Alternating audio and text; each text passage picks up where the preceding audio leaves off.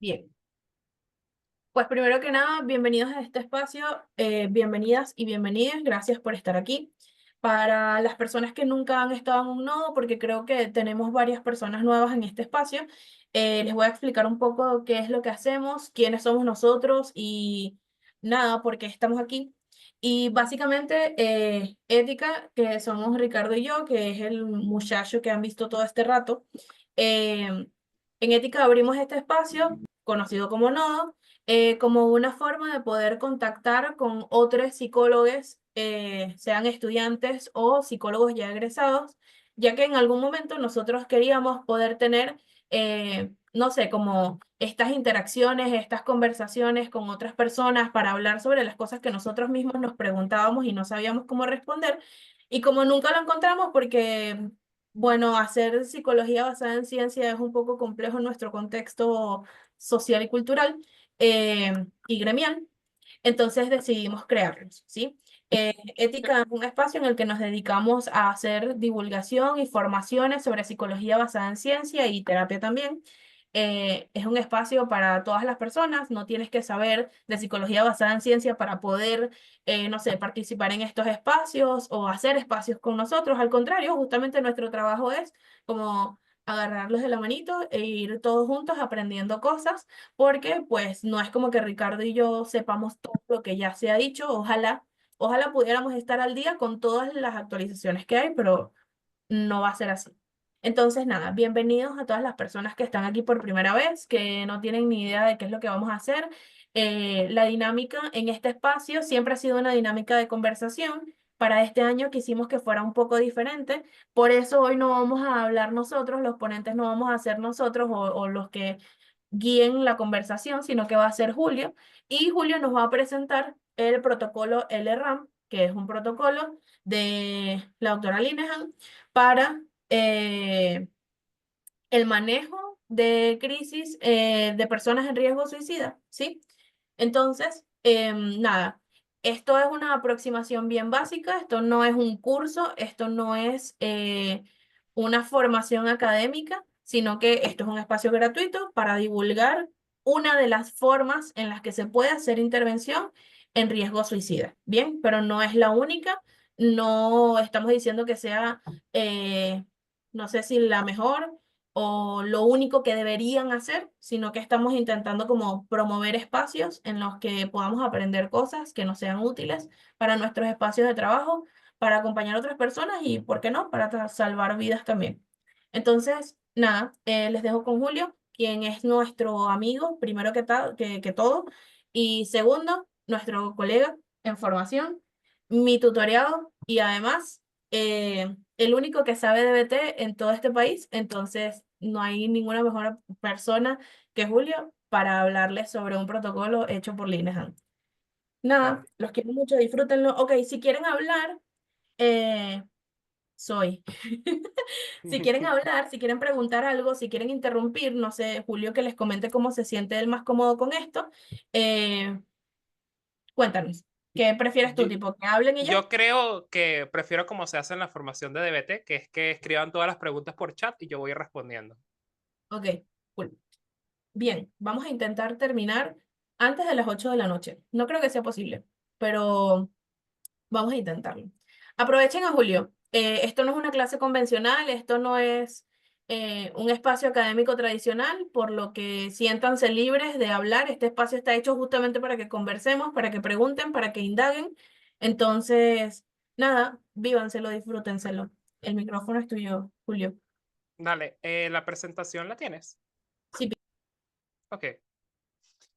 Creo que voy a aprovechar estos primeros minutos para retomar un poco lo que dijo Francis, y es como yo no soy la persona que más sabe de DBT, ojo, vamos a aclarar eso aquí de punto, ni soy terapeuta, ay, yo toqué el micrófono por accidente, ni soy como, ni tengo un equipo de DBT como para poder aplicar DBT como se hace de verdad, que es con un equipo. O sea, DBT es una forma de tratamiento bastante compleja, pero lo que sí les puedo decir es que lo que es el abordaje en riesgo suicida es lo que más se puede hacer de DBT, que es el LRAM, y lo que no necesitas tanto saber como del modelo como para poder aplicarlo. Es como, es lo que más se puede hacer y lo que menos necesitas saber para poder hacerlo. Porque eso de eso trata DBT. Y bueno, voy a explicar qué es DBT. DBT es una de las terapias de tercera ola, junto con la terapia de aceptación y compromiso y junto con FAP. Pero DBT es muy particular porque se especializa en algo en concreto, que es la de regulación emocional, que son pacientes que padecen crisis emocionales muy intensas y tienen conductas impulsivas. En eso se especializa DBT. Eso es algo muy importante. DBT como terapia en sí mismo no tiene sentido si no se aborda el descontrol emocional. Eso es lo primero. Y bueno, eso es para antes de empezar. Yo creo que no sé si la presentación está para ir Ya voy, empezando a porque pasar. me lo mandaste por PDF por correo y no sé por qué no se descarga, entonces lo estoy pasando desde mi teléfono para la computadora. Dame, si quieres, ve hablando y Ok, ya comparto. dale. El LRAN consiste básicamente en lo que significan sus siglas. En la primera L es de Linehan, porque Linehan es la creadora de DBT y también la creadora del protocolo, junto con su equipo de la Universidad de Washington. Linehan dedicó casi que toda su vida, bueno, ahorita ya se retiró y ya vive viajando por el mundo siendo rica. Ese es otro tema que podemos hablar. Pero básicamente Linehan dedicó casi que toda su vida a estudiar el comportamiento suicida. ¿Por qué? Porque ella también lo padeció. Ella tuvo múltiples intentos suicidas. Ella no entendía por qué ella lo hacía. Ella no entendía por qué se cortaba. Y ella se preguntó toda su vida por qué yo hago esto. O sea, ¿por qué dejo de lado tantas cosas que son importantes para mí por esto? Es como, Linehan se preguntaba eso. Entonces el LRAN y DBT en particular surge para una población en concreto con unas necesidades muy particulares. Es como, el LRAN significa la primera L de Linehan y lo demás es evaluación y manejo del riesgo suicida. En DBT, la primera fase de tratamiento para un paciente con desregulación emocional es hacer el LRAM. Eso es lo que tenemos, lo que quiero como explicarles y que hagan entender. Cuando a ti te llega un paciente y eres terapeuta de DBT, lo primero que tú haces es un LRAM. Eso es lo primero. Es muy protocolarizado.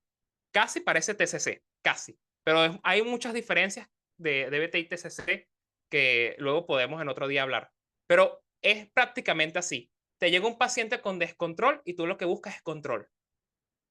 El RRAM busca establecer cierto control conductual, al menos por un periodo de 2 o 3 meses. 2 o 3 meses sin crisis suicidas. Eso es lo que buscamos haciendo un LRAM. Que la persona al menos dure 2 o 3 meses sin conductas suicidas. Esto es un objetivo bien difícil y nos puede llevar incluso más de los 2 o 3 meses que abordan. Pero es el objetivo primario que hace un terapeuta DBT. Lo primero que tú tienes que hacer es lograr un control conductual. Lograr un control conductual implica que el paciente no emita la conducta suicida en un periodo de 2 o 3 meses. Es un trabajo súper complicado. Pero le voy a explicar como ciertas pautas que se hacen para lograr esto. Ok. Perfecto. Ajá, la siguiente página. Ok, ¿qué es un protocolo? Esto es muy común en terapia cognitivo-conductual hablar de protocolos. Existe protocolo para depresión, protocolo para ansiedad, etcétera. Pero básicamente un protocolo es un plan detallado, tanto para evaluación y tratamiento específico, que te especifica cómo se hará y qué se hará. Diseñado para una población en específico, con unas necesidades específicas, etcétera. Es como un protocolo es algo que tú buscas para resolver un problema directamente. El protocolo de RAM busca evaluar y manejar el riesgo suicida. Ese es su objetivo. No abarcamos más de ahí, ni tenemos más expectativas después de eso. Es como, al nosotros aplicar el protocolo, buscamos evaluar y manejar el riesgo. Manejar el riesgo implica disminuir la probabilidad de que esta persona se mate. Eso es lo que buscamos. Disminuir la probabilidad de que esta persona se mate. Algo que dice Linehan es que un paciente que se mata es un paciente que no va a poder ir a terapia. Por tanto, todos los demás problemas que presenta en su vida o que son importantes para nosotros no servirán de nada si luego el siguiente día no viene a consulta. Eso es lo principalmente que Linehan aclara. Es como lo primero que abordamos es el riesgo suicida. Eso es lo importante aquí y ahora. La siguiente diapositiva.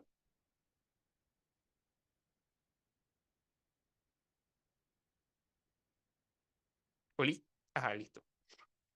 En DBT se explica la conducta suicida desde un espectro que llamamos suicidalidad. Todos estamos inmersos en la suicidalidad. Esto es algo que hay que entender. La suicidalidad se entiende como el continuo en el cual todos estamos atravesados, que pasa por la simple idea de morir. Yo me imagino que muero. Yo imagino que el día de mañana no estoy. Yo imagino que me pasa esto y muero. Eso es la suicidalidad. Nada más por el simple hecho de pensarlo, ya estamos inmersos en este espectro. Todos estamos inmersos en la suicidalidad. Hasta el mayor amplio del espectro, que es la consumación del suicidio, cuando ya la persona decide quitarse la vida y lo logra. Eso es todo este espectro que hablamos de suicidalidad. Siguiente diapositiva, Francis, por fin. Ok, voy a hablarles brevemente de todo lo que implica este espectro llamado suicidalidad. Son muchas cosas y se puede dar una clase detallada sobre todo esto, pero voy a explicarlo muy sencillo. La ideación, ya sea leve o intensa, se refiere a la idea de suicidarse o la idea de morir. Cuando es leve, es algo que nos pasa muy fugazmente, pero cuando es extensa es cuando pensamos constantemente en esto, es decir, hay una frecuencia. El siguiente amplio del espectro es la planeación suicida, que es cuando nosotros no solamente pensamos en morir, sino que ya ideamos maneras de hacerlo. Eso es la planeación suicida. La amenaza suicida es básicamente, no sé si ustedes han tenido como la experiencia de que una persona les diga como, bueno, si esto sigue así, yo creo que mejor me voy. ¿A ustedes les ha pasado? No sé si alguien aquí por chat le ha pasado. Puede decir que sí. ¿Alguien les ha dicho, no, bueno, si a fin Yo de lo he mes, dicho. ok, eso también es parte de la suicidalidad. Todo esto es un fenómeno que puede abarcar a cualquier persona. Es como algo que tenemos muy claro en DBT, es como, no estamos solos en esto. Es como, todos hemos tenido hasta la simple idea de morir. Es algo que hay que entender. Y luego está el gesto suicida, que el gesto suicida es, em, muchas veces es lo que asociamos con la manipulación. El gesto suicida es un acto instrumental de ya sea, por ejemplo, no, bueno, papá, si no me compras esto, yo mejor me voy a tirar de un puente. O, por ejemplo, si pasa mucho, y esto es uno de los casos típicos que se ve en los manuales de BT, por ejemplo, estas parejas, que la pareja se corta y tienen una discusión, la pareja se corta y básicamente le dice al novio que él está mal y que necesita que esté con ella porque se cortó. El gesto suicida muchas veces he visto como un acto de manipulación, pero realmente es una conducta suicida que es igual de importante que todas las demás. Ojo, ninguna es menos importante que la otra, todas debemos prestarles atención. El gesto suicida es una conducta que puede ser vista como un acto de manipulación, pero que realmente es una conducta suicida que tiene un objetivo claro, es decir, busca obtener algo, pero realmente no es una respuesta, por así decirlo, efectiva para obtener ese algo que deseamos. Luego está lo que son las autolesiones con o sin intencionalidad suicida. Las autolesiones hacen referencia bueno, básicamente cosas como cortarse, cosas como golpearse a uno mismo, etcétera. También muchas veces esto puede tener una función de escape, es decir, me siento mal y me corto. Es decir, no tengo intención de matarme, pero aún así lo hago porque me hace sentir mejor. En DBT, nosotros, pues bueno, en general las terapias conductuales, nosotros tenemos como esta particularidad de que independientemente de que se haga con o sin intención, esto también es una señal de alarma porque la probabilidad de que una persona que presenta autolesiones, a pesar de que no tenga la intención de matarse, consume el suicidio, ustedes ven estadísticas y es bastante alta, se los digo de una. Y luego están los intentos de suicidio, que ya sería como el último paso de este espectro llamado suicidalidad. Bueno, la siguiente diapositiva, Francis, por fin. Voy, es que mi laptop está como, ¿Está fallando? no Ok. estoy sobreviviendo. Ah, ya. Ok. El LRAN tiene una serie de reglas para aplicar este protocolo. Son unas reglas bien particulares. El LRAN se realiza apenas tú ves un paciente con ideación suicida o con un historial de suicidalidad en el pasado. Es decir, en el pasado tuvo conductas suicidas o intentó suicidarse. Cuando a ti te llega un paciente con esas características, esa es la acción que te debe decir, puedo realizar un LRAN. El primer objetivo del protocolo es evaluar el riesgo, si el paciente está en riesgo inminente o no lo está. Riesgo inminente hace referencia a que hay una probabilidad alta de que el paciente se mate. Y el segundo objetivo es hacer un manejo breve del riesgo con un plan de crisis y un kit de emergencia. Luego les explicaré qué consistirá esto. Siguiente diapositiva.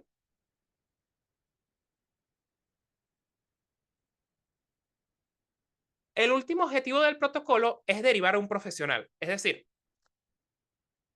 el protocolo tiene una serie de limitaciones y es como está diseñado para que una persona, es decir, un personal de salud que trabaja en emergencia en un hospital, sin ningún tipo de conocimiento profundo en DBT, pueda aplicarlo. Esto es algo muy importante. Es como el último objetivo del protocolo es derivar a un profesional para que continúe el manejo del caso, sea un terapeuta con DBT o alguien que maneje algún protocolo o algún tipo de abordaje en esta población, etcétera. Es como, ese es el último objetivo. El, el RRA no es un protocolo que te dice qué hacer en cada momento. Es como cuando usted lo veamos, porque se los voy a mostrar, o sea, le voy a pedir a Frances que se lo muestre, van a darse cuenta que es una cosa muy extraña, parece más un cuestionario que el terapeuta tiene que llenar, pero no es un protocolo que te dice qué hacer en cada momento ni cómo tienes que formular las preguntas, sino que está planteado para que sea una conversación abierta y natural sobre el suicidio, sin tabúes y validando lo que siente la persona en cada momento. Esto es muy importante. La validación en DBT es una de las herramientas principales para el abordaje del riesgo suicida. Siguiente. Ok. Como les dije, la validación es una de las herramientas más importantes. Es tan importante que Linehan literalmente dedica gran parte de su libro a hablar de esto. Y es porque desde DBT, validar es darle sentido a la conducta. La conducta suicida tiene un sentido. Desde una perspectiva conductual, toda conducta es válida porque tiene una función, es decir, cumple un para qué, un propósito. Validar es preguntarse cuál es el sentido de lo que hace esta persona. Nosotros no buscamos ver como la conducta suicida como esto lo que está haciendo está mal. No, no, no. ¿Cuál es el sentido? Si no se encuentra el sentido, en DBT debemos buscarlo. O sea, eso es algo como que toda conducta es válida porque tiene una función, por tanto, siempre tiene un sentido, siempre lo tiene. Esto es algo que los terapeutas de DBT constantemente tenemos en nuestra cabeza. ¿Cuál es el sentido de lo que hace esta persona? Si no encontramos el sentido, debemos seguir escuchando a la persona, observándola hasta que lo encontremos. Y Linehan dedica esto a los niveles de validación, que son diferentes niveles. Yo les voy a explicar los dos primeros, porque hablar de esto podría llevarte toda una clase. Pero el primero es escuchar y observar a la persona, estar atento. Y el segundo es reflejar, que reflejar es esto lo que hacía este terapeuta famoso que se llama Carl Rogers, que es el que hizo la terapia basada en la persona. Linehan dedica los dos primeros niveles de validación a Carl Rogers, porque básicamente lo básico que uno puede hacer para validar es escuchar, estar atento y reflejar lo que te dice, demostrando que realmente la estás escuchando. Luego hay otros niveles de validación que son un poquito más complejos y que no me voy a como explayar explicándolo, pero los pongo ahí para que al menos se lo dejo como para que sepan que hay incluso más niveles o más formas de validar una persona. Pasemos a la siguiente. Ok, esto es lo último antes que empecemos a hablar del protocolo. La postura del RRAN sostiene que la conducta suicida es una respuesta a un problema. Si la conducta suicida es una respuesta a un problema que puede ser resuelto de otra forma, nosotros debemos enseñar esas otras formas. Así funciona. Es como la conducta suicida es una respuesta a un problema. Si es una respuesta a un problema, debemos enseñar otras formas de resolverlo. Eso es nuestro principal papel. Debemos validar y clarificar las respuestas no suicidas. Es decir, Cuando el paciente plantea una solución no suicida, lo que nosotros debemos hacer es primeramente decirle que eso que hace es maravilloso. Esto es algo que Linehan hace constantemente con sus pacientes. Ok, en la parte de validar a leer la mente, ¿qué se refiere? Leer la mente hace referencia, según Linehan, a cuando nosotros, por ejemplo, sabemos lo que el otro siente o piensa sin que nos lo diga. Por ejemplo, tú ves a una persona y la ves descaída y le dices, oye, ¿estás triste? Esto es leer la mente. Es como leer la mente es suponer, literalmente es suponer, lo que el otro siente o piensa sin que él te lo diga. Esto es muy validante, aunque no lo creas. Es como, no existe para Linehan, o sea, tú le preguntas a ella qué es lo más validante en este mundo y es leer la mente. Ok, luego lo siguiente del protocolo es que debemos estar siempre presentes en el aquí y ahora. O sea, nosotros no vamos a buscar resolver los problemas del pasado, sino buscamos reducir factores de riesgo. Los factores de riesgo son factores que aumentan la probabilidad de que esta persona se mate. Así como hacer un plan de crisis que evite esto, que involucre a otras personas. Es decir, debemos activar la red de apoyo. Y algo muy particular de DBT es que DBT hace muchísimas cosas que se tienen que hacer en el abordaje de un paciente suicida. Activar la red de apoyo, plantear soluciones distintas, hacer un plan de crisis por si acaso pasa X cosa. Es como... Y todo es enfocado en el aquí y ahora, en el presente, que si ocurre. No vamos a resolver ningún conflicto del pasado, al menos no desde la primera fase de tratamiento de DBT. Luego eso se, si les hablo más profundo de esto, sería para fase 2 de tratamiento. Es un poquito complicado, pero podemos continuar, porque esto es fase 1 de BT, que es abordar el riesgo suicida. La siguiente. Ok. Esta es la sección 1 del protocolo. Ahorita voy a mostrárselos, pero después se lo muestro en diapositiva. Francis lo tiene. La sección 1 del protocolo consiste en marcar el motivo por el cual se está realizando, es decir, cómo señalar si el paciente presenta ideación, presenta intento suicida, etcétera, y luego describir la conducta suicida o el episodio. Eh, yo planteo esto, de esto lo hablé con Francis, es como yo creo que la mejor forma de mostrarles esto es modelándolo. Entonces, a partir de ahora, vamos a quitar la presentación y voy a intentar como tener una charla con Francis y voy a intentar aplicar ciertas cosas del LRAM para mostrárselos. Esa es la mejor forma en que yo puedo enseñarles esto. Buenas. Yo soy. Hola. Ok. La consigna es la siguiente. Francis va a ser de un paciente con ya sea ideación o crisis suicidas y yo voy a ser su terapeuta. Entonces, Francis, quiero que me comentes tu motivo de consulta. Ok. Mm, Pregunta, ¿esto es bajo la premisa en la que trabajamos de que tiene que ser algo real o me lo puedo inventar? Lo que tú quieras, porque realmente que sea lo que mejor creas que para que les enseñarles a todos el protocolo. Cool. Dale. Mi motivo de consulta en este momento es que, ok, no puedo evitar pensar en que preferiría morir o que me quiero matar en situaciones que me generan como mucho estrés, ¿sí? Como no sé, como este pensamiento de preferiría estar muerta o quizás si no estuviera viviendo esto, si no me sintiera así, podría ser más útil. O cuando no logro las cosas que quiero hacer, entonces pienso como, bueno, si no estuviera viviendo, probablemente no tendría que estar pasando por toda esta situación de resolver cosas, de hacer cosas, de ta, ta, ta, ta, ta. Entonces, como que yo sé que ese pensamiento es una respuesta para disminuir mi malestar, ta, ta, ta, ta, ta, chévere, pero al mismo tiempo me gustaría que ese pensamiento no existiera porque también me genera más malestar.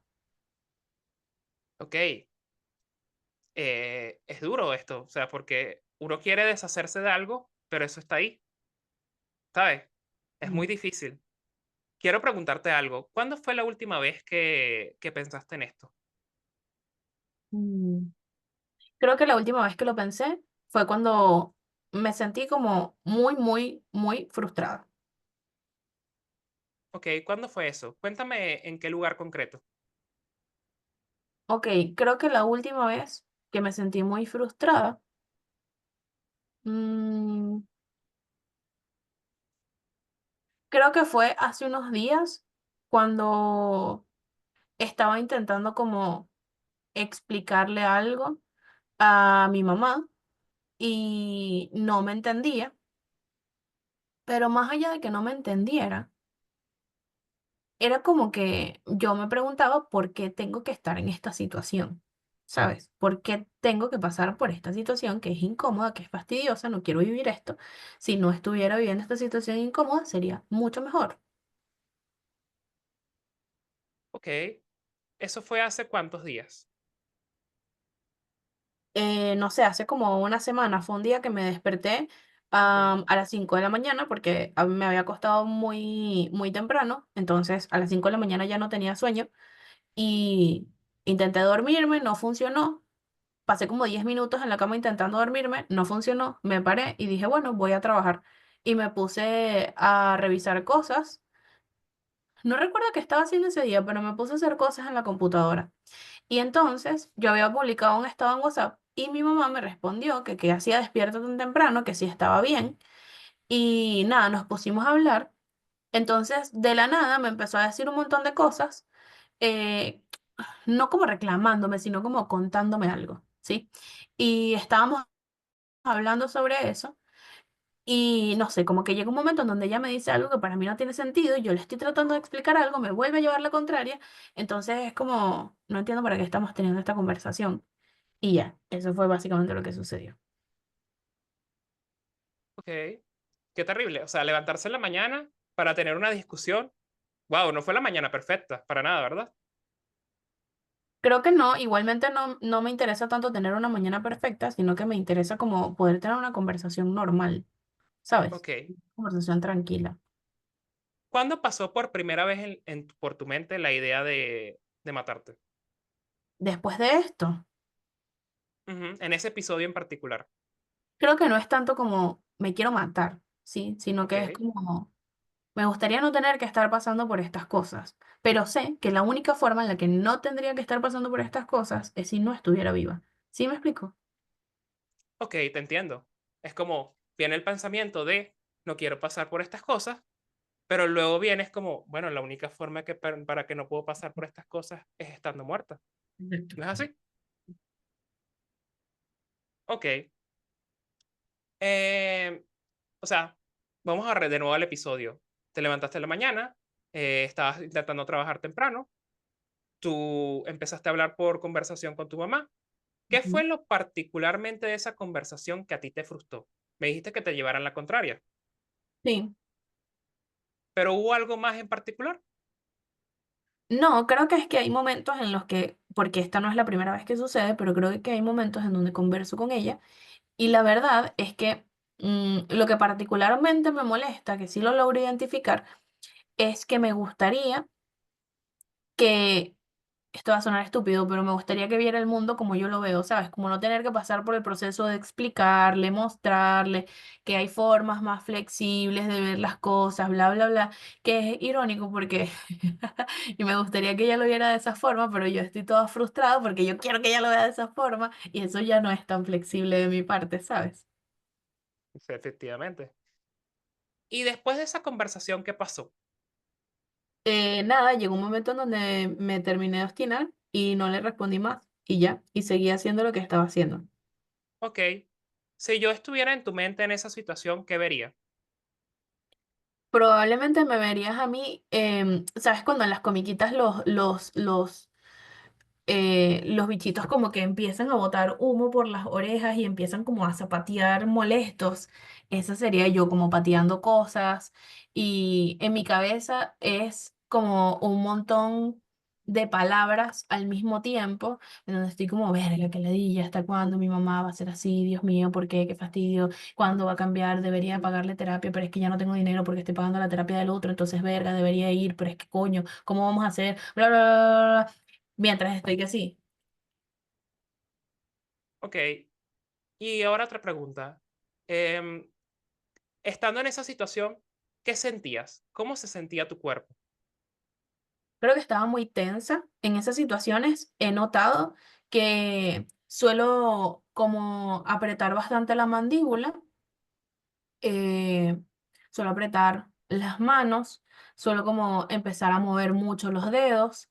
eh, en general mi cuerpo se siente como que bastante tenso y como un rato después incluso puedo mover el cuello y sonarme el cuello porque he estado tensa todo el rato que me toma como calmarme. Ok,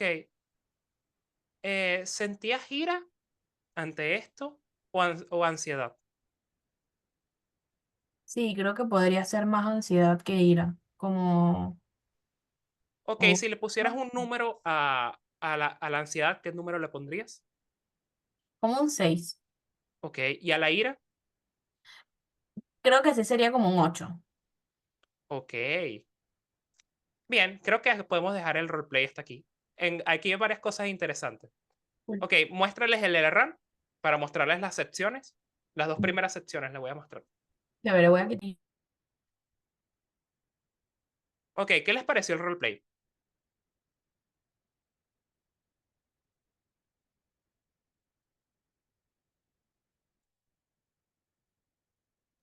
Naguará, pero alguien dígale algo. Ahí están escribiendo bien preciso. Bueno, DBT es bastante preciso. Para abordar este tipo de cosas. Como lo que se haga es preciso. Si no, bueno, para casa. Realmente así funciona.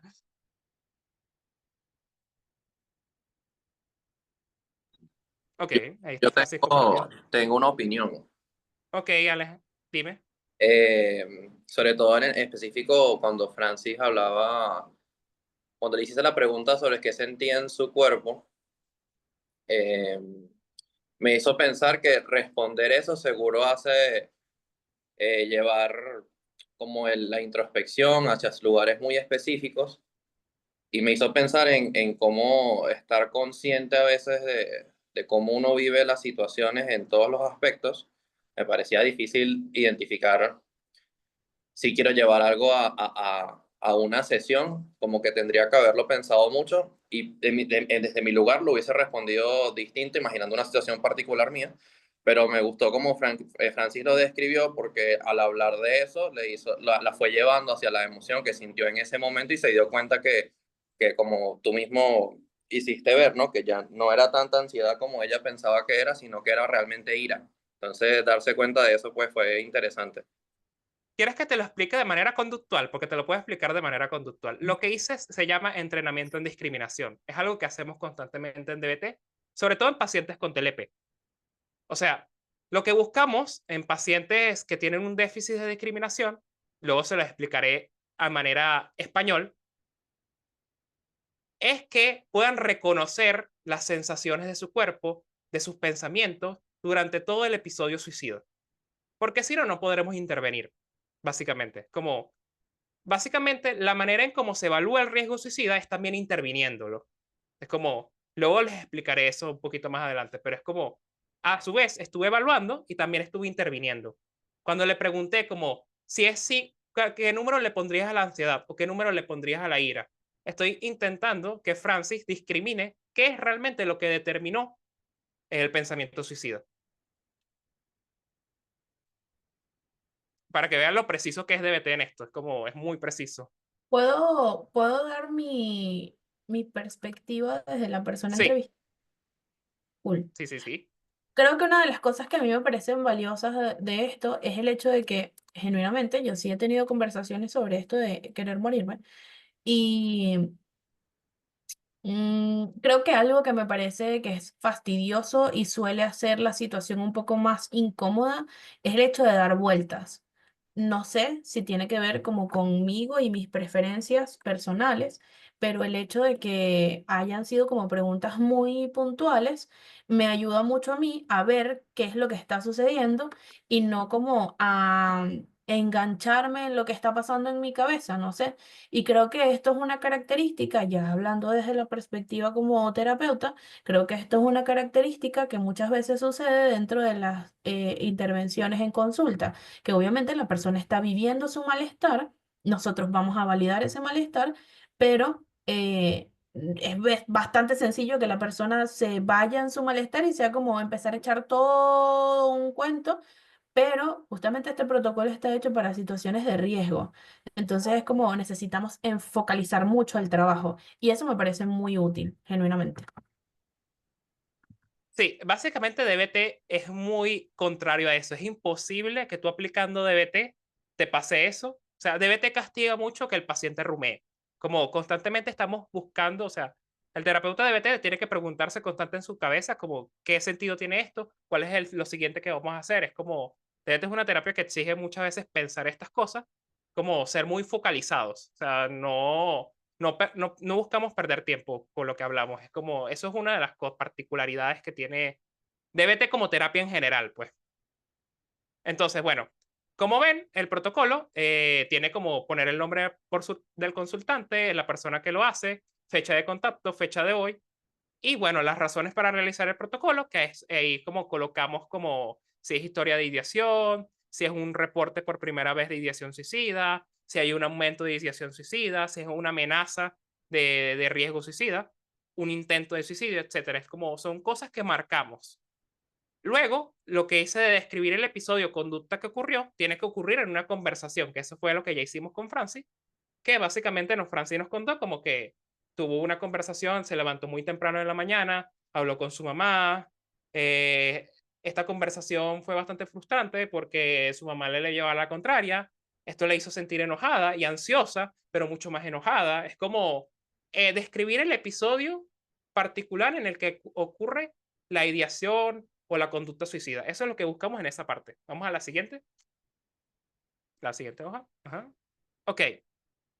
Evaluación del riesgo. Aquí marcamos cosas como lo conducido se refiere a si el paciente es remitido. Es decir, si te remiten el paciente, ¿el protocolo se puede aplicar a cualquier población, niños, adolescentes y adultos? Sí. Particularmente, DBT, yo no conozco, sé que existe una modalidad para niños, pero yo no conozco mucho esa modalidad. Yo sé sobre DBT estándar, que es para adolescentes y adultos. Pero sí sé que existe DBT para niños y me imagino que deben abordar problemas de depresión en niños, pero realmente no conozco mucho de ahí. Y aquí hay que aclarar algo, porque no sé si entendí bien. Cuando mencionaron que el protocolo era para situaciones de riesgo, también pudiese ser las personas que nos llaman en mitad de crisis o están a punto de pasar a la acción. Sí, pero, o sea, básicamente el protocolo está diseñado para algo en consulta, es decir, con una consulta de emergencia.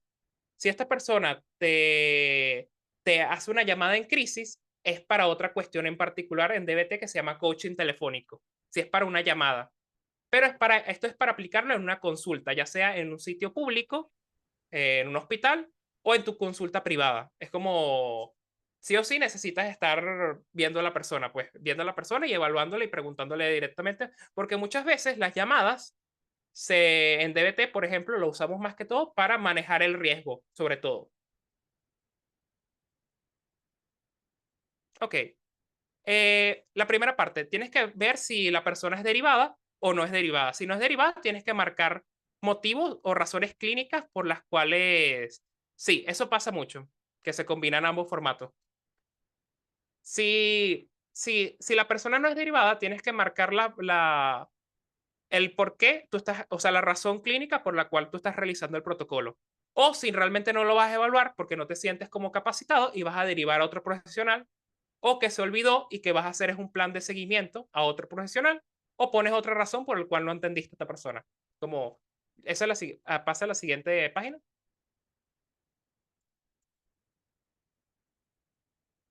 Ok, aquí estamos a todos los factores de riesgo suicida inminentes. Es decir, son factores que realmente tienen una probabilidad alta con el riesgo suicida. Como, por ejemplo, intento de suicidio actual, incluyendo creencias de que se suicidará o se dará daño, presencia de plan suicida, incluyendo métodos y momentos específicos, método preferido de suicidio disponible o es fácil de alcanzar. Esas son cosas que marcas si el paciente las posee en parte o no. O si no las reportas o no las observas. Es como, y si no las reportas o no las observas, tú comentas por qué, explicas por qué. Nivel de pesimismo o desesperanza. preocupación anticipatoria por una pérdida o un futuro estresor mayor, presencia de insomnio global acompañado con ideación suicida, dificultad para concentrarse, tomar decisiones, agitación e inquietud motora, son cosas que tú vas marcando. Pérdida de interés y de placer, adenonia, severo hipersomnio, externación reciente, o sea, si algo que pasa mucho es que, por ejemplo, pacientes que han sido internados en un psiquiátrico, existe una probabilidad muy alta de que tengan intentos suicidas. Eso es algo que se estudia, pues. Entonces, si es una persona que ha tenido internación psiquiátrica, muy probablemente tiene un riesgo, tiene probabilidad de riesgo. Entonces hay que marcar que sí, si eso ocurre. Apoyo social bajo o no existente se refiere a que no hay apoyo familiar o de amigos, soltero, no tiene pareja. Son cosas de ese tipo que la persona no tiene un apoyo, una red de apoyo sólida. Estará próximamente solo aislado, una pareja lo abandonó, se terminó su matrimonio. Son cosas que también anticipan riesgo suicida. Eventos vitales estresantes como pérdidas interpersonales, conflictos, pueden ser incluso peleas familiares, crisis disciplinarias, pérdida de trabajo, crisis legales, problemas legales, diagnóstico reciente de un trastorno mental, esquizofrenia, depresión, trastorno de ansiedad. Algo que se sabe mucho es que, por ejemplo, cuando te hacen un diagnóstico muy reciente, existe una probabilidad alta de presentar riesgo suicida. Todas estas cosas que está aquí, Linehan no las coloca porque sí. Como Linehan las coloca porque son cosas que se correlacionan positivamente con el hecho de tener un intento suicida, estadísticamente hablando.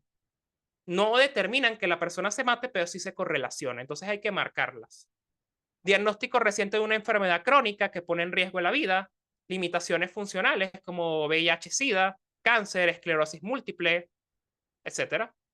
Ocurrencias de eventos que predicieron un intento suicida o autolesión previo. Y existe motivación por parte del consultante a no reportar o mentir acerca del riesgo. Esto pasa sobre todo en pacientes que buscan pelear con el terapeuta, básicamente, o que no quieren o sobre todo con adolescentes que tienen autolesiones, que realmente como que no ven al terapeuta, no hay una alianza terapéutica fija y es como no comunica como directamente las cosas que le pasan. Es como esto también forma parte de el riesgo. Y bueno, aquí hay factores de riesgo relacionados con la población o el contexto específico. Es como, es un paciente en internación psiquiátrica, es un paciente de internación psiquiátrica de manera involuntaria, estuvo en cárcel o en prisión. Es como, estas son cosas importantes. Existe una correlación positiva con el hecho de tener intentos suicidas y que estés, por ejemplo, tu primera semana en la cárcel, tu primera semana preso. Son cosas que se correlacionan positivamente y son cosas que ocurren. Joven expuesto recientemente a un suicidio, es decir, un adolescente que ve un suicidio en noticias o que alguien de su comunidad se suicidó, es como también aumenta la probabilidad de que haya ideación o que haya un intento suicida. Lo último que evaluamos son los factores protectores. Aunque no lo crean, algo muy curioso es que Francis presenta varios factores protectores y muy pocos de riesgo, realmente no presentan de riesgo inminente, más que todos son de riesgo leve. Pero Francis presenta, por ejemplo, esperanza en el futuro. Por ejemplo, cuando ella dijo, bueno, yo tengo esperanza de que mi mamá algún día pueda ser más flexible, es como, esto es básicamente algún factor protector de Francis al hecho de, por ejemplo, intentar suicidarse. Estas son cosas que marcamos. Autificacia en el área problemática, apego a la vida, las personas que dicen, bueno, yo no me quiero morir, pero yo pienso en morirme, como esto es un factor protector. Responsabilidades como hijos, familias o mascotas. En DBT somos muy rígidos en general, porque nosotros buscamos que los factores protectores aumenten. Si esa persona tiene una mascota y esa mascota es lo único que podemos utilizar en ese momento presente para evitar que la persona no intente hacerlo, esa mascota, vamos a apostarlo todo por esa mascota. Como la rigidez aquí es nuestra aliada, aquí buscamos el control conductual. Luego está, por ejemplo, que se encuentra incluido una red social o una familiar continente, que es como una familia que lo apoya o una red de amigos que es sólida con él. Miedo a la desaprobación social del suicidio. Por ejemplo, estas personas que dicen, bueno, yo me quiero morir, pero ¿qué pensarían mis amigos si yo lo hago? ¿Qué pensaría mi familia? ¿Sabes? Creencia de que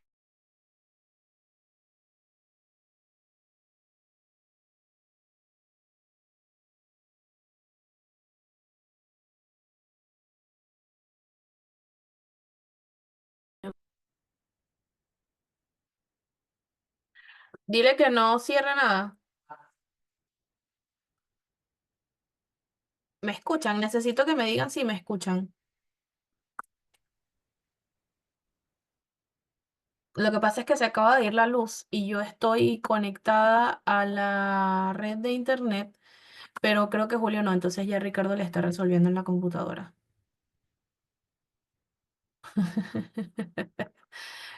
Tranquilos, que sí vamos a poder seguir transmitiendo, solamente que hay que acomodarle la cosilla a Julio.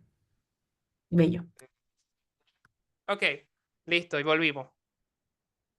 Ok, creencia de que el suicidio es inmoral o que será castigado si lo comete. Esto pasa mucho en personas religiosas, por ejemplo. No, bueno, yo pienso en morirme, pero si me muero, ¿dónde miré? Dios me castigará. Es como, esto es un factor protector, aunque ustedes no lo crean. Es como, esto es algo que disminuye la probabilidad de que esta persona intente hacerlo. Nivel de espiritualidad o religiosidad elevado.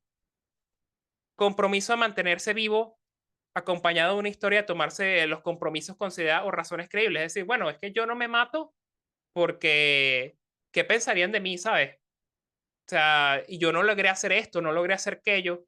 Si yo me mato, primero tengo que hacer esto. Como hay un compromiso, hay una seriedad con respecto a algo en su vida, como eso disminuye también la probabilidad de que se mate. Consultante motivado sobre reportar el riesgo, es decir, esta persona constantemente comunica sus ideas suicidas, constantemente las habla abiertamente. Entonces, esto es un factor protector, aunque ustedes no lo creen. Otros, aquí se puedes marcar otros y lo pones en los comentarios. Bueno, podemos continuar con la diapositiva. Ahora sí. Aunque no sé cómo vamos a hacer porque la luz se fue. ¿Se ha entendido todo hasta ahora? Porque ya terminamos toda la parte de evaluación.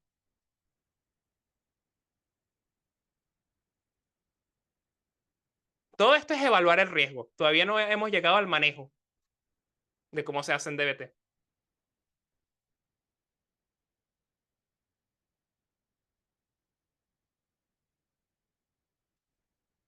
Tengo que bajar, ¿verdad? Sí, sí, sí. Ok. Perdón. Sección 3. Manejo del riesgo suicida. DBT cuenta con una amplia gama de estrategias para abordar el riesgo suicida. Pero eso sería imposible darlo en esta hora que nos queda. Es como, yo les voy a hablar de unas cosas muy particulares y muy puntuales. Aquí, por ejemplo, te marca la primera si la ideación suicida o conducta suicida no fue explícitamente tratada. Es decir, si tú derivaste al consultante luego de evaluarlo, porque puedes hacer eso en este protocolo. Evalúas el consultante y lo derivas a alguien que domine mejor el manejo del riesgo suicida porque tú no te sientes capacitado. En este protocolo es muy flexible. Tú puedes saltarte partes de él si te da, si quieres, pues. Julio, tienes Solamente tienes una que, pregunta en el chat. ok, ok, un poco, el ítem de las mentiras. Hay algo a ver en específico. Es, por ejemplo, estas personas, esto sale mucho en el libro de DBT para adolescentes, y es, por ejemplo, los adolescentes que en consulta, tú sabes que se corta porque tu mamá te lo ha dicho, su mamá se lo ha dicho, o sea, tu mamá como en consulta te lo ha dicho, y tu papá, que es los representantes de tu consultante, pero tu paciente directamente no te lo dice. Es como que tiene, por ejemplo, autolesiones. Como, esto es una mentira, pues. O sea, mentiras o ocultar cosas de, por ejemplo, intentos.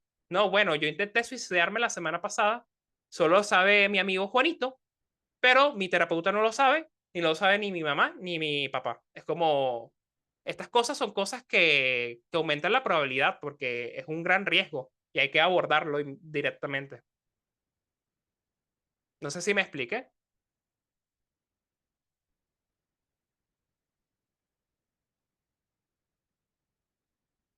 Ok. Ah, ajá. En cuanto al manejo del riesgo, lo primero que nosotros hacemos, que es esto lo que le expliqué a Alejandro, es aumentar la discriminación. Como los pacientes muchas veces suicidas son pacientes altamente impulsivos. Un paciente altamente impulsivo, lo primero que nosotros debemos hacer es que la persona discrimine las cosas relevantes en su vida. La conducta suicida muchas veces está dirigida por una sola cosa relevante, pero deja de lado las demás. La primera estrategia que nosotros hacemos, que también es una estrategia de evaluación, es un análisis en cadena. El análisis en cadena es un análisis funcional. Lo que yo hice con Francis de preguntarle qué pasó antes, en qué situación, qué pasó después, es un análisis funcional. ¿Qué es un análisis funcional? Bueno, es algo que se hace en terapia de conductas, en las terapias contextuales también, y consiste en analizar los factores o las relaciones que hay entre los eventos y la respuesta o la conducta en específico que buscamos analizar, que en este caso fue la ideación. Se analizó un análisis en cadena y las consecuencias de la ideación o conducta suicida o autolesiva. Aquí tú marcas qué cosas tú analizaste. Por ejemplo, yo con Francis analicé, por ejemplo, la conducta, o sea, ya la conducta yo la sé, que es la ideación. Evalué las consecuencias, le pregunté qué pasó después. Y, por ejemplo, también le pregunté sobre eventos previos, que es decir, le pregunté, por ejemplo, qué pasó antes, que se levantó temprano, se había levantado temprano en la mañana, fue a trabajar y tuvo de repente una conversación con su mamá. Esos son eventos previos a la ideación. La ideación es la conducta y luego hubo unas consecuencias. ¿Qué pasó después? Esto que se refiere a vulnerabilidad se refieren a factores biológicos o orgánicos que pueden predisponer a la ideación suicida, que en este caso puede ser, por ejemplo, puedes hacer un análisis de conducta sin tener enfoque o tener mucho conocimiento sobre TCC. En DBT sí. En DBT, el análisis en cadena, que ahorita se los voy a mostrar en la diapositiva que originalmente se les mostré. En DBT, en análisis en cadena es muy protocolarizado. Es decir, son preguntas muy establecidas y preestablecidas. Es como, desde BT sí se puede hacer un análisis de la conducta sin tener un dominio del enfoque o sin tener mucho conocimiento. Simplemente de manera protocolarizada. Ok. Vamos con se enfocó el manejo de crisis y resolución de problemas. Como les expliqué anteriormente, la conducta suicida es una solución a un problema y nosotros debemos enseñar respuestas alternativas o incompatibles con eso. Es como nosotros debemos manejar la crisis, la persona siente una emoción muy intensa, siente ira, nosotros debemos validar la emoción, asimismo debemos validar el deseo de escapar o de morir. Es como desde DBT entendemos que la conducta suicida tiene un sentido, no es algo en sí mismo malo, sino que es algo que parte de la historia de la persona y es lo principal que debemos hacer, es como validar. Luego, identificar elementos que disparan la crisis. Es como, bueno, en la conversación que tuve con Francis, pude identificar dos elementos principales. Uno, sintió mucho enojo. Dos, pasó estos pensamientos de, Dios, esto no tiene, ya va. Se me olvidó. Francis, recuérdame tu pensamiento, se me olvidó. ¿Cuál de todos? Antes de pensar en la ideación suicida, que es Co- el anterior. Como si no estuviera aquí no tendría que estar viviendo esto, pero no estar aquí, Ajá, bueno, no estar aquí es estar muerto. exactamente. Esos son disparadores.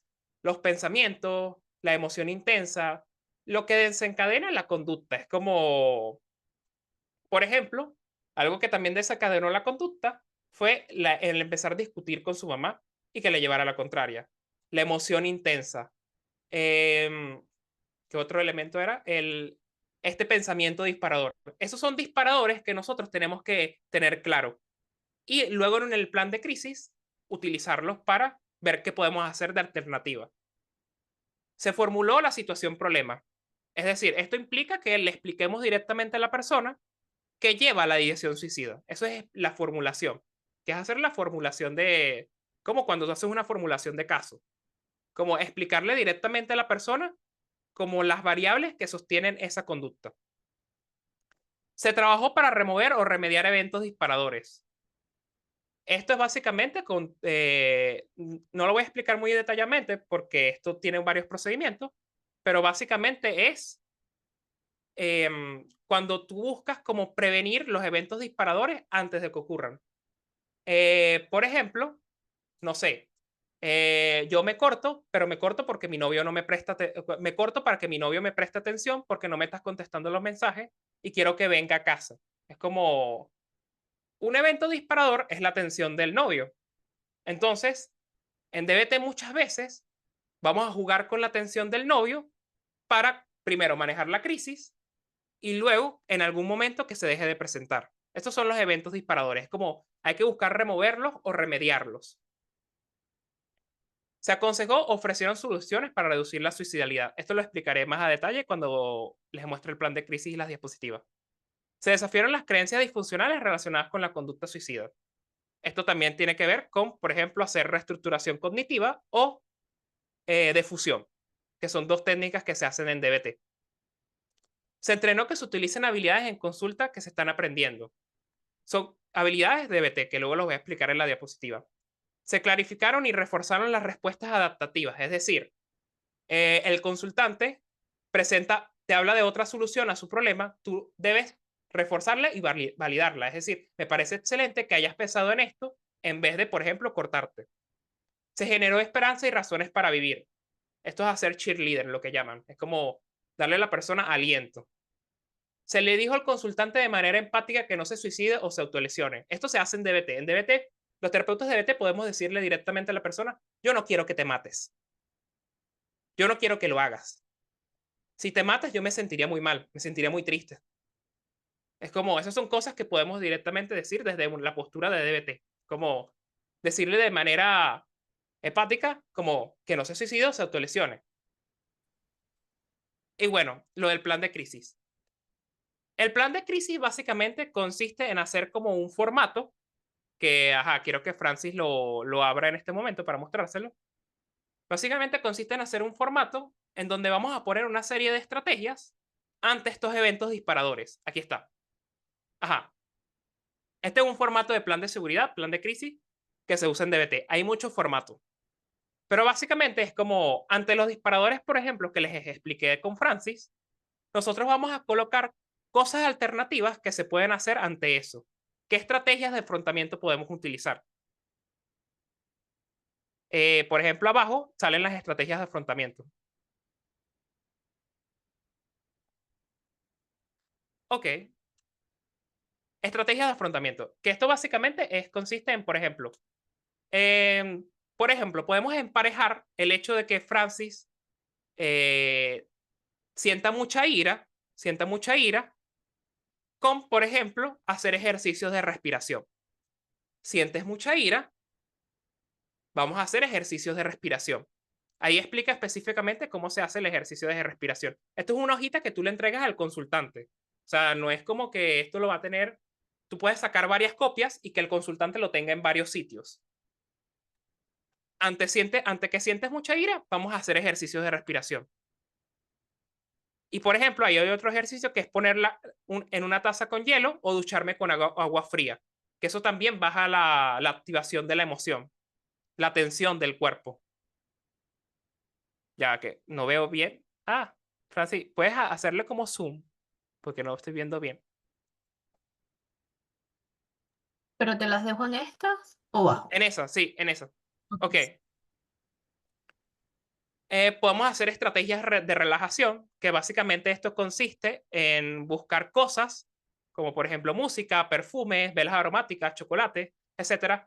Esto en DBT lo llamamos hacer un kit de emergencia. Buscamos hacer una cajita que la persona pueda cargar en todo sitio, en donde haya todas estas cosas. La música que le guste, un perfume o velas aromáticas, un chocolate, que tenga en su teléfono videos graciosos o tiernos, tocar cosas rasposas o tener una pluma, etcétera, son cosas que buscamos, por ejemplo, en hacer un kit de emergencia, como en una cajita que puede ser móvil, tiene que ser móvil, que la pueda llevar en todo sitio, podamos poner todos estos elementos que puedan serle útil en alguna crisis, en algún momento en donde se sienta muy intenso y tenga estas ideas suicidas o quiera intentar suicidarse. Otra cosa que yo vi en la formación de DBT que también me parece muy útil es, por ejemplo, escribirse una carta a uno mismo en un momento en que se sienta bien. Por ejemplo, hoy me siento muy bien, hoy pasaron muchas cosas buenas en mi vida, me voy a escribir una carta. Esa carta va a ir en mi kit de emergencia. Y cuando yo tenga una crisis, voy a leer esa carta. Estas son cosas que se hacen en DBT. Es como buscamos cosas que puedan disminuir la probabilidad de que la persona haga un intento. Habilidades para mejorar el momento, salir a caminar, leer un libro, colorear. Podemos tener en ese kit de emergencia acuarelas, colores, un cuaderno de dibujo. Son cosas que podemos tener en ese kit de emergencia. Y bueno, básicamente aquí hablando del kit de emergencia, que es lo que les expliqué. Y bueno, estrategias de afrontamiento social. En DBT, cuando hacemos un plan de crisis, una de las cosas que buscamos es que la persona pida ayuda apenas tenga este impulso de querer hacer un intento. Aquí vamos a colocar teléfonos de personas a las cuales pueda pedirle ayuda y que se sienta segura y conforme. Es como, bueno, no te sientes segura con tu mamá, pero ¿qué tal esta amiga? ¿O qué tal esta prima? Es como, debemos colocar números de personas a las cuales les pueda pedir ayuda y que vengan a ayudarlo y a manejar y contener la crisis. Incluso en DBT nosotros colocamos el propio número del terapeuta. O sea, en DBT se coloca el número del terapeuta y el terapeuta es el que maneja las crisis muchas veces.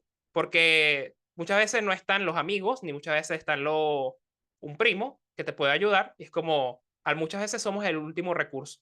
Y entonces hay que procurar que la persona sobreviva, básicamente. Y bueno, la última parte del formato de plan de seguridad es ayuda institucional.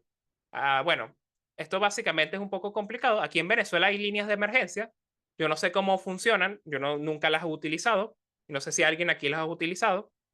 Y si podría explicar cómo funcionan, me gustaría. Pero básicamente aquí se colocan líneas de emergencia, atenciones telefónicas de emergencia, que básicamente puedan atenderlo cuando ni tú puedes, ni ningún familiar puede. Esto es la última opción, básicamente. Esto es lo último, la última opción que se debería tomar. Pero se coloca por si acaso. Esto es el formato de plan de seguridad. Eso es como se interviene desde el LRAM. Bueno, ahora puedo mostrarles las diapositivas de nuevo. ¿Se puede llamar? Bueno, yo de verdad desconozco, Gaviota, te soy honesto. Yo estoy hablando aquí del LRAM y cómo funciona, pero yo no sé cómo funcionan las líneas de emergencia aquí en Venezuela. Pero bueno, en sí, pasa a la siguiente diapositiva.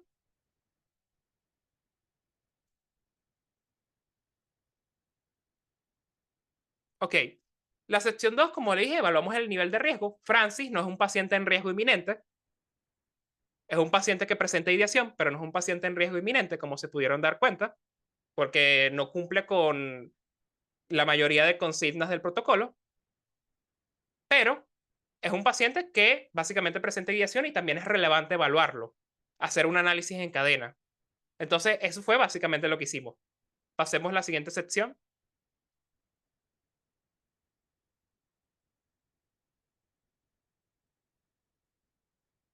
Ok, aquí está todo, básicamente todo lo que les expliqué, como de forma resumida.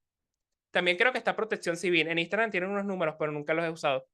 O sea, yo sé que existen líneas de emergencia, pero eso es algo que se coloca y eso de verdad se los recomiendo. Cuando hacen un plan de seguridad, eso colocarlo porque uno nunca sabe si uno no pueda contestar una llamada, ni un familiar ni un primo. Es como el plan de seguridad tiene que suponer todas las posibles circunstancias que puedan pasar de ese comportamiento. Es como, es importante colocarlo y saberlo. Cosa que yo no sé, muy malo de mi parte, la verdad. Pero bueno. Bueno, básicamente aquí está todo lo que yo les expliqué sobre análisis en cadena, manejo de crisis, resolución de problemas, disparadores, formulación, etcétera. Pasemos a la siguiente.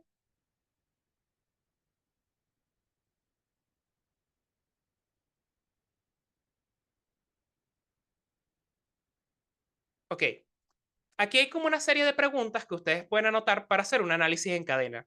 Si se dan cuenta, lo primero que yo le pregunté a Francis es en cuándo ocurrió, dónde ocurrió, cómo ocurrió. Eso es porque cuando hacemos un análisis en cadena, lo primero que hacemos es trabajar por la topografía, el escenario. O sea, primero nos vamos a la circunstancia particular. ¿Cuántas veces ocurrió? ¿Cómo pasó? ¿Dónde pasó? ¿Cuándo pasó? ¿Qué pasó? ¿Durante cuánto tiempo? ¿Cuán grave fue? Por ejemplo, si una persona se autolesiona, ¿cuántas veces te autolesionaste? No, fueron 5. Bueno, pero la anterior vez fue 7. Me alegro que esta vez hayan sido 5. Por lo menos el riesgo no fue tanto. ¿Sabes? Esas son cosas que debemos tomar en cuenta. Evento desencadenante. ¿Cuándo pensaste por primera vez en hacerlo? ¿Qué pasó justo antes de eso? Si X situación no hubiera sucedido, habría ocurrido el episodio de la conducta. Que son cosas que yo le pregunté a Francis. ¿Cuándo pensaste por primera vez en eso? Siguiente diapositiva. Esta no sé por qué me quedó así, pero bueno, en fin. Ajá. Esto es analizar las vulnerabilidades, que son factores que predisponen a la conducta. ¿Ocurrió algo antes de X situación? El de preguntar cuándo pasó, dónde pasó, ¿es para prevenir o cuál es el objetivo? El preguntar cuándo pasó y dónde pasó es relevante. Es porque uno tiene que analizar el contexto en que ocurre la conducta. Es como, no es lo mismo que ocurre en un colegio rodeado de mucha gente, donde las personas pueden estar muy pendientes de lo que ocurre, a que ocurre en tu casa solo en tu habitación, ¿sabes? Como el contexto es muy importante. Como el contexto nos delimita qué son las situaciones o cosas alrededor de la persona para poder abordar. Es como, bueno, si se pasa cuando está solo en su habitación, hay que procurar que intente no estar solo y que cuando esté solo tenga ciertas herramientas para lidiar con la crisis, ¿sabes? Es por eso, básicamente. Ok. Análisis en cadena, vulnerabilidades. ¿Ocurrió algo antes de X situación que te influyera en parte a actuar así? Ejemplo, dormiste bien, tomaste algún medicamento o droga, te vino la menstruación, son ejemplos de eso. ¿Sucedió algo antes que pudo afectar el control de tus impulsos? Esto más que todo se relaciona con variables orgánicas. ¿Comiste bien? ¿Dormiste bien? ¿Estuviste bajo el efecto de algún medicamento o droga? Muchas veces los pacientes que vienen remitidos para DBT son pacientes que ya vienen de un proceso psiquiátrico. Esto es algo que hay que entender. Es como, estas preguntas son relevantes porque no sabemos qué cosas orgánicas pueden influir en la conducta. Y los antecedentes es lo que ocurrió antes. Cuando la idea o conducta suicida pasó, ¿qué pasó antes? Y antes de eso. Siguiente diapositiva.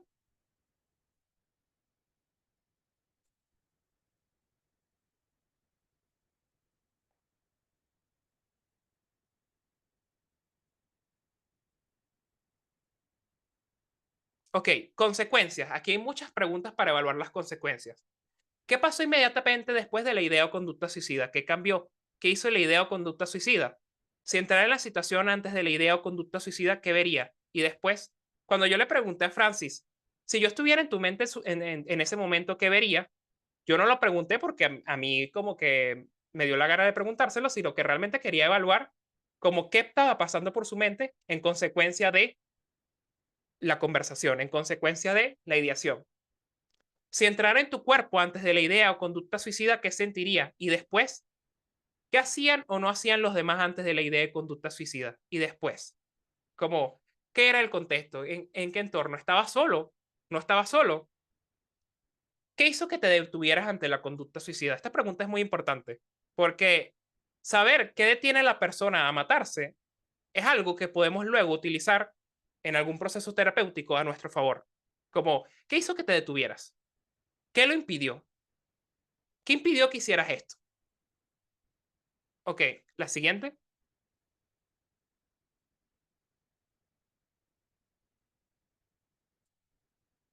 Plan de acción y de crisis. Básicamente lo que les expliqué. Esto es un plan de crisis. Cuando ocurre una crisis, el consultante tiene que tener su hojita, tiene que tener varias copias, una en su bolso, una en diferentes partes de donde vive, porque hay que buscar como que disminuir la probabilidad de que la crisis lleve a la conducta suicida. El objetivo de un buen plan de crisis es emparejar una conducta incompatible con la conducta suicida con conductas alternativas a la conducta suicida. Es decir, que el paciente tenga una amplia gama de estrategias para poder lidiar con la ideación, para poder lidiar con la crisis emocional, para poder lidiar con intentar matarse. Entonces, voy a explicarles de manera sencilla que todas las habilidades en DBT son habilidades que están diseñadas específicamente para consultantes con conductas impulsivas y de riesgo suicida. Todo el paquete de habilidades, ustedes lo pueden buscar en internet, porque dar una clase de habilidades DBT es algo muy amplio, es algo que podemos tardar horas en simplemente explicar un módulo de habilidades. Pero las habilidades DBT básicamente son todas habilidades que están diseñadas para o alternativa a la conducta suicida o de manera incompatible a la conducta suicida. Y yo les voy a explicar como cuál es el conjunto de habilidad más efectivo para la conducta suicida, que son las habilidades TIC, que su objetivo es reducir las emociones extremas rápidamente. Como estas habilidades tienen la función particular de que cuando tenemos un paciente con una crisis emocional muy intensa, nosotros buscamos emparejar esa crisis emocional con cualquiera de estas estrategias. Y si podemos hacer varias, mucho mejor. La primera de ellas, y la más efectiva, esto se lo digo, esta es la más efectiva de todas, es usar agua muy fría, con hielos incluso. Sumergirse por 30 segundos. Esto disminuye el ritmo cardíaco. Es como cuando tú te sumerges en agua fría, no sé si a ustedes les ha pasado, que ustedes se bañan con agua muy fría y terminan temblando. Es como este primer conjunto de habilidades, la T, que es de temperatura, es algo que activa un reflejo que se llama reflejo de buzo, que básicamente es que sumerge a la persona así, temblando. Entonces, lo que buscamos con esta habilidad es fatigar a la persona para que no emita la conducta suicida o quede imposibilitada de su emisión.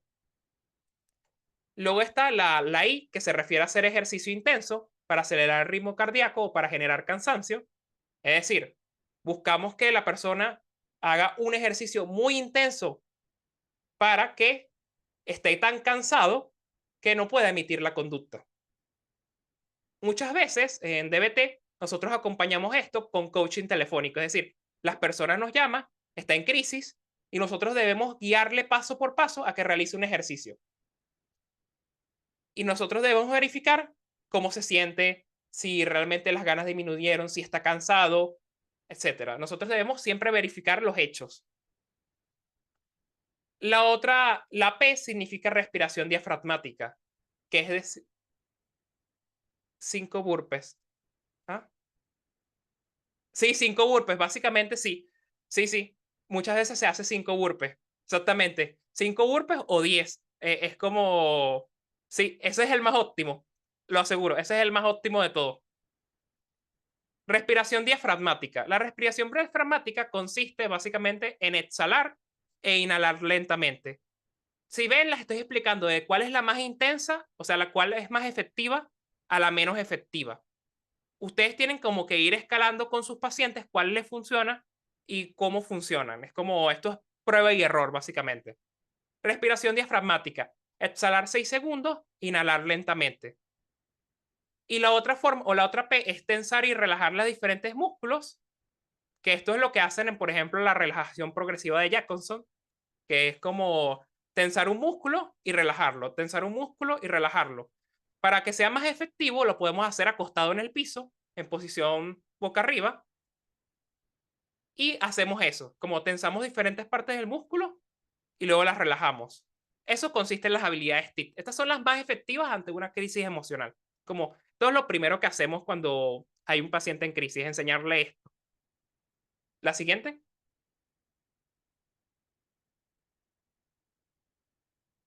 Ya estamos terminando. Ah, bueno, lo de diseñar el kit, que esto es lo que les expliqué, es como en el kit debe ser movible, debe tener el plan de crisis, debe tener un montón de herramientas que pueden funcionar de apoyo inmediato ante tomar decisiones impulsivas. La siguiente.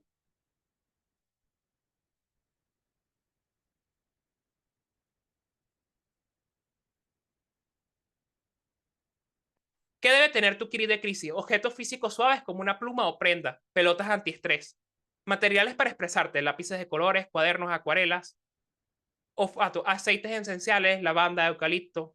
Pueden ser perfumes que le gusten a la persona o que le relajen. Recursos digitales, por ejemplo, usar listas de canciones que te calmen o de imitación, música relajante, fotos o videos que te motiven o de seres queridos, videos graciosos. Por ejemplo, ustedes saben esos videos de personas cayéndose. Bueno, si hay personas que no le dan risa a eso, pero esos videos pueden ser útiles. Frases de apoyo, esto pasará, yo no soy así, yo no soy culpable de esto, o lo que les expliqué de hacer una carta hacia uno mismo. La siguiente diapositiva. Sección 4, disposiciones finales, que esta es la parte final del protocolo. Es como, el consultante presenta un riesgo inminente. Si presenta riesgo inminente, es que presenta una ausencia de factores protectores y presenta varios factores de riesgo inminente. Necesita una intervención de emergencia, que en el caso de Francis, no la necesita, porque es una ideación muy, muy leve, pero sí era necesario como hacer un análisis en cadena y evaluar el porqué de eso. Hay incertidumbre sobre lo evaluado. ¿A quién referimos? Es como, bueno, tengo dudas de que lo evalué o de que lo hice bien, o no sé realmente cómo realmente si manejé bien la crisis. Se puede consultar con otro profesional para que te examine y, bueno, examine el protocolo que hiciste, te pregunte cosas sobre la situación particular con tu paciente y así.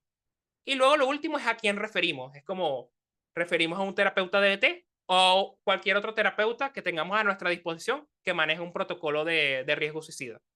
Eso es todo, básicamente. Creo que ahí termina. Ok. ¿Tienen alguna pregunta?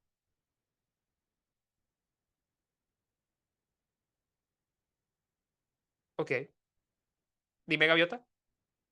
Bueno, con la parte de los factores protectores, este tema de la moral de la persona o las creencias, Ujú. en una situación como de riesgo, que la persona está pues en el intento suicida, sería como de alguna forma usar eso como para, por así decirlo, manipular a la persona en el momento con ese tipo de cuestionamientos o de prejuicios morales. Ok, te voy a explicar cómo se abordaría esto desde DBT. Es como, nosotros no vemos eso como manipulación. Es como, si nosotros tenemos pocos recursos para que esta persona no se mate, y realmente ese es un factor protector que podemos utilizar y no hay otros que sean menos, por así decirlo, menos moralmente incorrectos, es como hay que utilizarlo. O sea, la respuesta es básicamente que en DBT, si hay algo para que la persona se sostenga y no emita la conducta suicida como una solución a su problema, debemos buscar usar eso.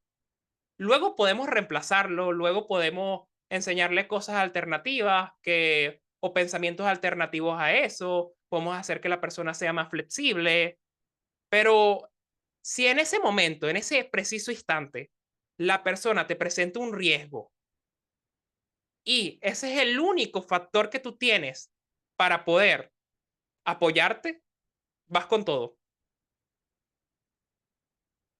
No sé si te respondí la pregunta. Yo creo que la respondí muy seriamente, pero bueno. ¿Alguna recomendación cuando no hay factores de protección? Por lo menos en el caso como lo que dice que no hay personas o quizás que uno depende de uno como factores económicos. Básicamente, eso es algo que Linehan también se preguntaba. Es como, ¿qué hago con las personas que no tienen una red de apoyo sólida, que tienen dificultades económicas? Y es como, por ejemplo, las habilidades de efectividad interpersonal en DBT, que son estas habilidades para obtener lo que se desea y relacionarse de manera efectiva con los demás, están diseñadas específicamente para solventar ese tipo de situaciones. Es como buscamos que la persona sea más efectiva interpersonalmente para que construya una red de apoyo sólida a la cual recurrir. Mientras tanto, eres tú como terapeuta que tienes que sostener a esa persona hasta que logremos eso.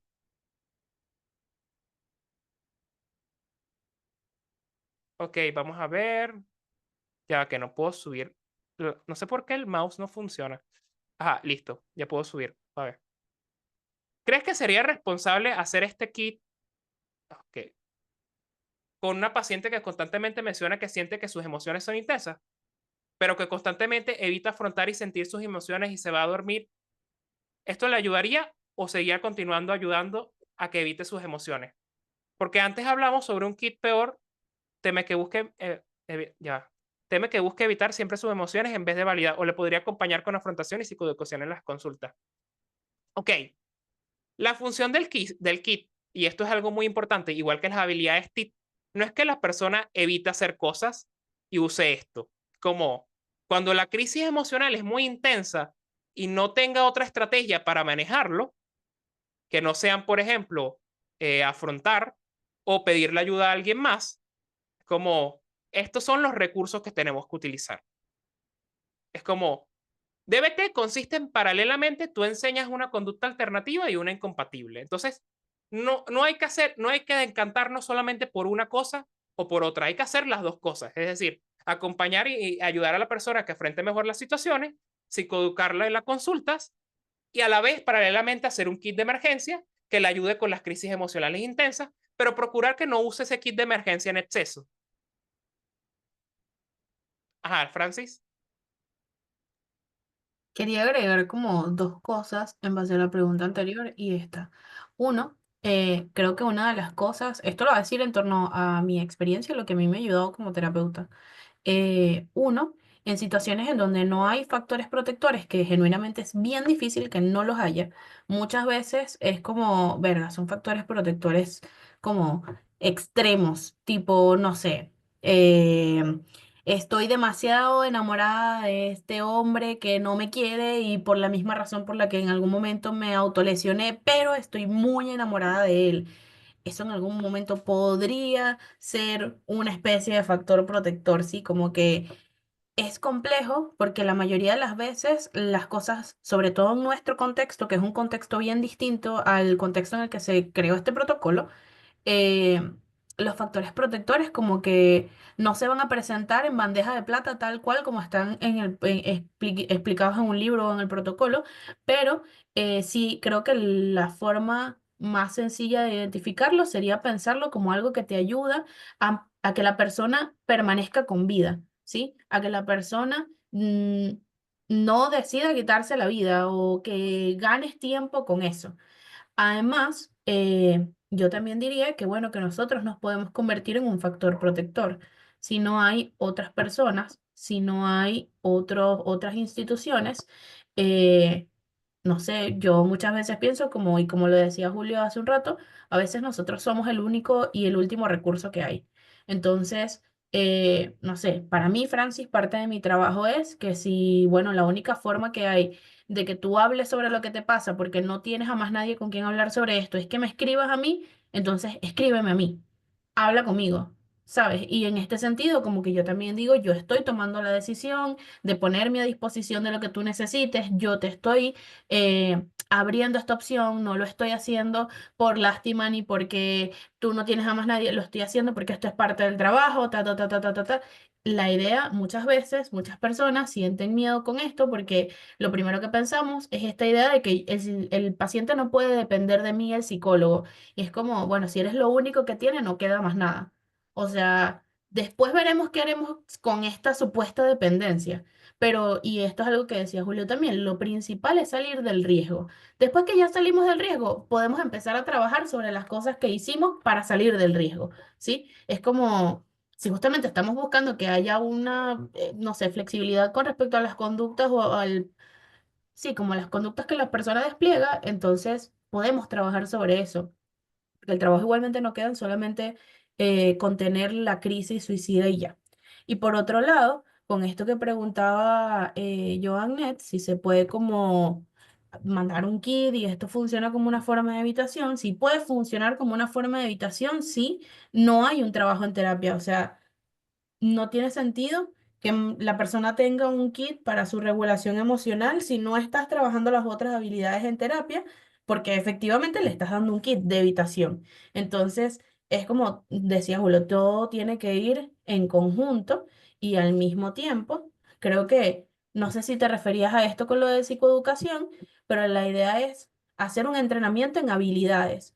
No, no Ujú, basta exacto. solamente con decirle a la persona como que, bueno, es que cuando te sientes mal esto pasa. Es como, ajá, chévere, ya lo sé. ¿Y ahora? Necesito un entrenamiento en habilidades que me permita saber qué hacer. Entonces, creo que esto también se refería a Julio antes cuando decía que en DBT son bastante rígidos y es porque al final viene de una estructura conductual en la que necesitamos ser directivos, ¿sí? Con respecto a lo que la persona va a hacer. Porque si la persona supiera qué hacer, primero no estaría en una crisis de riesgo suicida. Entonces, creo que por ahí van, no sé, los tiros. Sí, Eh, realmente van por ahí. Realmente van por ahí, realmente. Por aquí, Mar pregunta o dice, no lo sé, no sé si recuerdo bien, pero en una charla entendí que es importante también que el terapeuta refleje cómo lo hace sentir lo que el cliente ha mencionado. Eh, Siempre, ya va, porque yo también tengo rollos con esto. Siempre y cuando sea en pro de la terapia. Entonces, en ese caso, lo del que se siente porque el cliente se quiere matar no sería en DBT manipulación, porque como mencionaste, es una herramienta que ayuda al terapeuta de alguna forma a validar y servir de factor protector. Exactamente, exactamente. Alejandro dice que debe retirarse, que se alegra tanto que no esté Ah, me de alegro, vuelta. vale. Gracias, Julio, por tu tiempo y conocimiento, y gracias a Ricardo y Francis por hacerlo posible. Feliz noche. Feliz noche, Alejandro. Gracias. No sé si alguien más tiene preguntas, si alguien más quiere añadir algo más, incluso tú, Julio. Ok, bueno, básicamente ya con esto me dio el tiempo, no pensé que me iba a dar el tiempo de explicar todo, te lo juro, Francis. Me dio el Yo tiempo de también explicar absolutamente todo. estoy muy orgullosa. Pero Bueno, bueno, creo que lo yo que creo que con podemos... esto terminamos. Perfecto, entonces voy a parar la grabación en algún lugar donde no sé qué es. Aquí está.